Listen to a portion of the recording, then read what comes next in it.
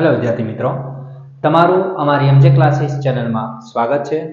आज આપણે ધોરણ 9 ના મોસ્ટ આઈએમપી દાખલાઓ વિષય ગણિતના લગતા જે કોઈ છે એ હું તમને આપીશ, એ તમારે ગણવાના રહેશે અને એ જ તમારી એક્ઝામમાં આવશે। ઓકે વિદ્યાર્થી મિત્રો, ચલો આપણે જોઈએ જેની અંદર તમારે આ વખતે જે નવું ચેપ્ટરની શરૂઆત થઈ છે, मतलब બીજી પરીક્ષાની અંદર પહેલી પરીક્ષા જ્યારે પૂર્ણ થઈ ત્યારે બીજી પરીક્ષા ત્યારે આવી છે ત્યારે તમારે પ્રકરણ 7 થી શરૂઆત કરી છે। ઓકે, तो प्रकरण 7 જે ત્રિકોણનું ચેપ્ટર છે એમાં મોસ્ટ આઈએમપી કઈ વસ્તુ છે તો એના વિશે વાત કરીએ આપણે। તો જેમાંથી તમારે 7 ગુણનું આવશે, જેમાં ઉદાહરણ નંબર 2, 3 તમારે ગણવાના રહેશે। ત્યારબાદ પ્રમેય આવશે તમારે 7.1, 7.2, પછી આવશે સ્વાધ્યાયમાં 7.1 ની અંદર દાખલા નંબર 1, 2, 3, 5મો અને 8મો। ત્યારબાદ 7.2 ની અંદર 5મો, 7મો અને 8મો, ટોટલ આટલા દાખલાઓ આવશે। આટલું તમે કમ્પ્લીટ કરશો એટલે તમને 7 ગુણ મળી જશે। ચલો આગળ પ્રકરણ નંબર 8 વિશે વાત કરી। ચતુષ્કોણનું ચેપ્ટર છે, કુલ ગુણ તમારા 8 છે, જેની અંદર તમારે પ્રમેય 8.1, 8.2, 8.4, 8.8 ને 8.9 આટલા પ્રમેય હશે। બીજું કે સ્વાધ્યાય 8.1 ની અંદર દાખલા નંબર 1, 6, પછી ઉદાહરણમાં 6 અને 7, સ્વાધ્યાય 8.2 ની અંદર દાખલા નંબર 1, 3 અને 4। રેડી, આટલા દાખલાઓ હશે। આ દાખલાઓ તમારી નોટબુકમાં લખી નાખજો અને પછી તમે આ દાખલાઓ ગણી નાખજો, જેથી કરીને તમને પૂરેપૂરા માર્ક મળી જશે। ઓકે વિદ્યાર્થી મિત્રો, ચલો આપણે આના પછીનું ચેપ્ટર આગળ જોઈએ।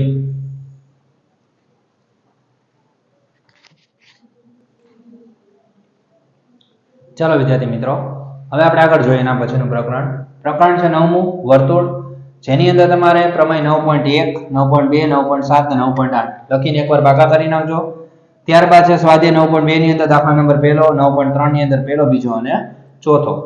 ત્યારબાદ પ્રકરણ 10 છે જે હેરોનનું સૂત્ર છે, સાવ ઈઝી ચેપ્ટર છે, એમાં ઘણું બધું પૂછાય છે। તો ઉદાહરણ નંબર 2, 3 કરી નાખજો એકવાર અને દાખલા નંબર 10.1 માં સ્વાધ્યાય 10.1 ની અંદર 1, 2, 3, 4 અને 5મો, मतलब 5 દાખલા તમારે ગણી નાખવાના। ઓકે, અને આનું એક સૂત્ર ભાગું કરી નાખજો એટલે તમને આરામથી આવડશે। ત્યારબાદ પ્રકરણ નંબર 2 છે બહુપદીઓ, જેમાં સ્વાધ્યાય 2.1 માં દાખલા નંબર 3, 5મો, સ્વાધ્યાય 2.3 ની અંદર 1, 2, 4, દાખલા નંબર 4 ની અંદર 1, 2, 3, દાખલા નંબર 5માં 1, 2, સ્વાધ્યાય 2.5 છે, જેમાં દાખલા નંબર 1 માં 3 અને 5મો છે, દાખલા નંબર 4 માં 5મો છે, દાખલા નંબર 5મો માં દાખલા નંબર 2 છે।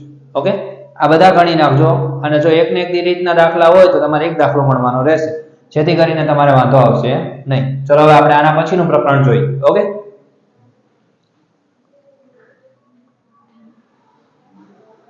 चलो विद्यार्थी मित्रों, હવે આપણે એના પછીનું પ્રકરણ જોઈએ, પ્રકરણ નંબર 6।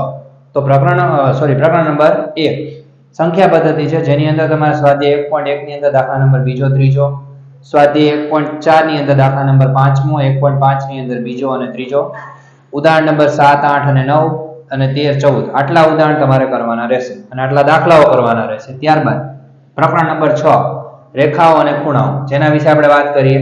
ઉદાહરણ નંબર 1, 2, 5મું અને 6 ત્રણ ઉદાહરણ કરવાના રહેશે। સ્વાધ્યાય 6.1 ની અંદર 1, 2, 3, 4, 6 દાખલો। ત્યારબાદ સ્વાધ્યાય 6.2 ની અંદર દાખલા નંબર 1, 3 અને 4। રેડી, આટલી વસ્તુ તમારે કરવાની રહેશે।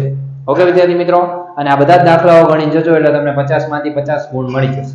ઓકે, જો તમને કાંઈ પણ ન સમજાય, કાંઈ પણ તકલીફ હોય તો તમે મને કોમેન્ટ્સમાં જણાવી શકો છો। ઓકે વિદ્યાર્થી મિત્રો, થેન્ક યુ સો મચ। જય હિન્દ, જય ભારત।